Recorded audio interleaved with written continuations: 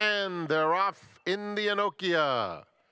Sandy Bottom takes the early lead. Tambo comes away in good order, and Dua is in between those two, about 3/4 of a length off the pace. They're followed by Cheeky Gal, and Becky's Dream is at the back. 2.5 front to back. Sandy Bottom is the leader. Nicely in hand and in front by a half a length. Tambo is in second, followed at the rail by Cheeky Gal. Dua between horses. Becky's Dream widest of all.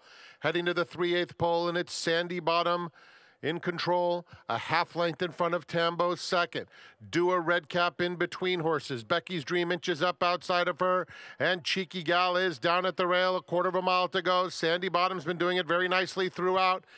Has the lead as the field turns for home. Just behind her, Cheeky Gal is trying to cut the corner. Far outside, Becky's Dream, Tambo, and Dua. There's an 1/8 to go, and Sandy Bottom lets it out a notch. A strong performance from her as she opens up 3 past the 16th pole. And it's Sandy Bottom, daughter of Omaha Beach, remaining undefeated by taking the Anoakia. Tambo really fought hard and came back for more second. Becky's Dream was third.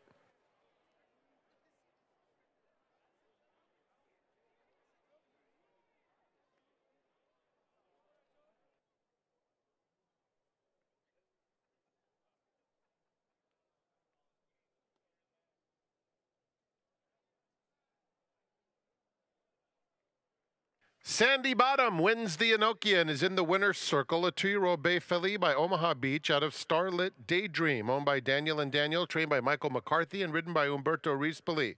Sandy Bottom was bred in Kentucky by Spendthrift Farm, the home of Omaha Beach. And the running time, 1:10.55 seconds.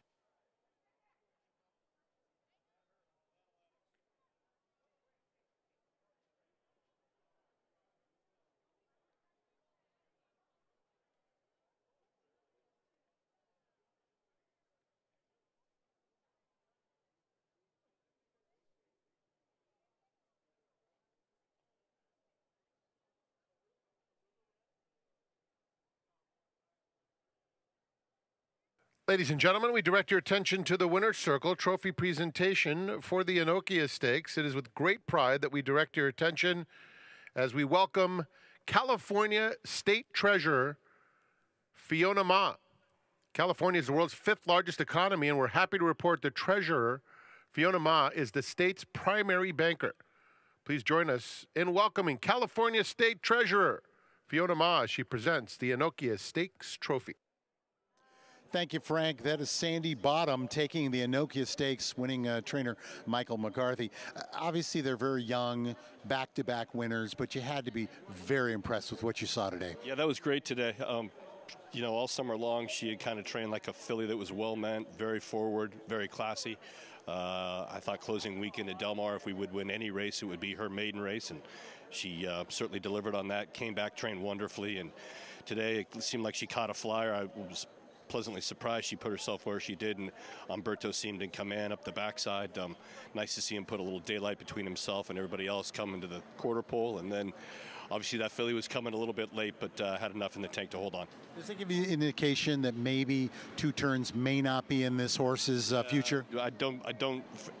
We'll keep her around 1 turn right now. I believe there's a stake in a few weeks' time at Del Mar around 1 turn, and maybe that's something we'll think about. I think 6.5, 7. Maybe her limit. We'll find out. All right, Michael, we appreciate the time. Congratulations. Thank you. All right. It's Michael McCarthy, Sandy Bottom, taking this year's edition of the Anoakia.